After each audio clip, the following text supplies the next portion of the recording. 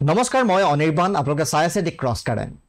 চন্দ্ৰত অৱতৰণ কৰা, তাত পতাকা উত্তোলন কৰা, তাৰ পৰা গৱেষণাৰ বাবে মাতি অনা, এই কথাবোৰ এতিয়া পুৰণি হ'ল। এতিয়া পৃথিৱীৰ এই একমাত্ৰ উপগ্ৰহটোত স্থায়ী নিৰ্মাণ আৰু শক্তি যোগানৰ বাবে নতুন পদক্ষেপ আৰম্ভ হৈছে, য'ত পাৰমাণৱিক শক্তি কেন্দ্ৰই গুৰুত্বপূৰ্ণ ভূমিকা ল'ব পাৰে। খবৰ অনুসৰি 2025 চনৰ এপ্ৰিল মাহত চীনে 2035 চনৰ ভিতৰত চন্দ্ৰত পাৰমাণৱিক শক্তি কেন্দ্ৰ নিৰ্মাণৰ পৰিকল্পনা প্ৰস্তুত কৰিছে, যিয়ে ইয়াৰ প্ৰস্তাৱিত আন্তঃৰাষ্ট্ৰীয় চন্দ্ৰ গৱেষণা কেন্দ্ৰলৈ শক্তি প্ৰদান কৰিব। ইয়াৰ প্ৰতিক্ৰিয়া স্বৰূপে আগষ্ট মাহত আমেৰিকাৰ ভাৰপ্ৰাপ্ত নাছা প্ৰশাসক শেন ডাফিয়ে কৈছিল যে 2030 চনৰ ভিতৰত আমেৰিকাই চন্দ্ৰত নিজৰ পাৰমাণৱিক ৰিয়েক্টৰ আৰম্ভ কৰিব পাৰিব। এয়া নতুন যেন লাগিব পাৰে যদিও ই একেবাৰে আচৰিত ধৰণৰ খবৰ নহয়। বিশেষজ্ঞসকলৰ মতে এয়া কোনো হঠাৎ আৰম্ভ হোৱা দৌৰ নহয়।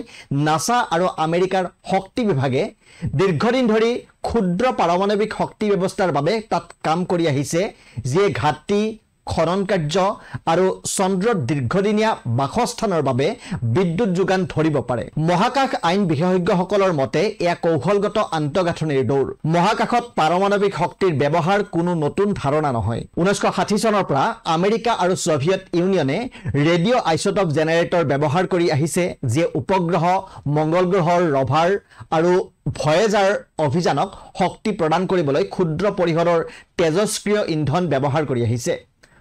1992 চনত ৰাষ্ট্ৰসংঘৰ বাহ্যিক মহাকাশ পাৰমাণৱিক শক্তিৰ উৎসৰ ব্যৱহাৰ সম্পৰ্কীয় নীতি নামৰ এক প্ৰস্তাৱত ৰূপৰেখা দাঙি ধৰা হৈছে যে সৌৰশক্তি অপৰ্যাপ্ত হ'লে পাৰমাণৱিক শক্তিৰ প্ৰয়োজন হ'ব পাৰে। এই প্ৰস্তাৱত সুৰক্ষা, স্বচ্ছতা আৰু আন্তঃৰাষ্ট্ৰীয় পৰামৰ্শৰ বাবে নিৰ্দেশনা নিৰ্ধাৰণ কৰা হৈছে। আন্তঃৰাষ্ট্ৰীয় আইনৰ মতে ক'তো চন্দ্ৰত শান্তিপূৰ্ণ কামত পাৰমাণৱিক শক্তিৰ ব্যৱহাৰত নিষেধাজ্ঞা আৰোপ কৰা হোৱা নাই, কিন্তু প্ৰথম সফল দেশখনে ভৱিষ্যতৰ আচৰণ আৰু আইনী ব্যাখ্যাৰ বাবে মানদণ্ড নিৰ্ধাৰণ কৰিব পাৰে।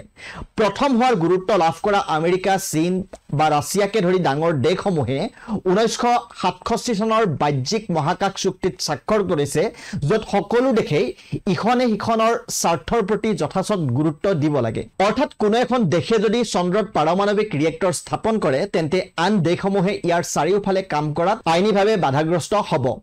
এই চুক্তিৰ আন অনুচ্ছেদসমূহেও একেধৰণৰ আচৰণৰ সীমা নিৰ্ধাৰণ কৰে যদিও ইয়াৰ দ্বাৰা সহযোগিতাৰো প্ৰসাৰ ঘটে।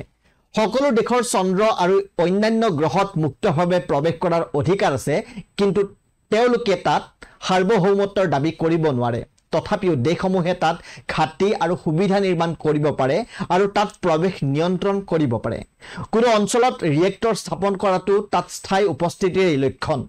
এটা সৰু চন্দ্ৰৰ ৰিয়েক্টৰে 10 বছৰতকৈ অধিক সময় ধৰি অবিৰতভাৱে বিদ্যুৎ যোগান ধৰিব পাৰে, যাৰ ফলত বাসস্থান, ৰভাৰ, 3D প্ৰিণ্টাৰ আৰু জীৱন সহায়ক ব্যৱস্থা চলাব পাৰে।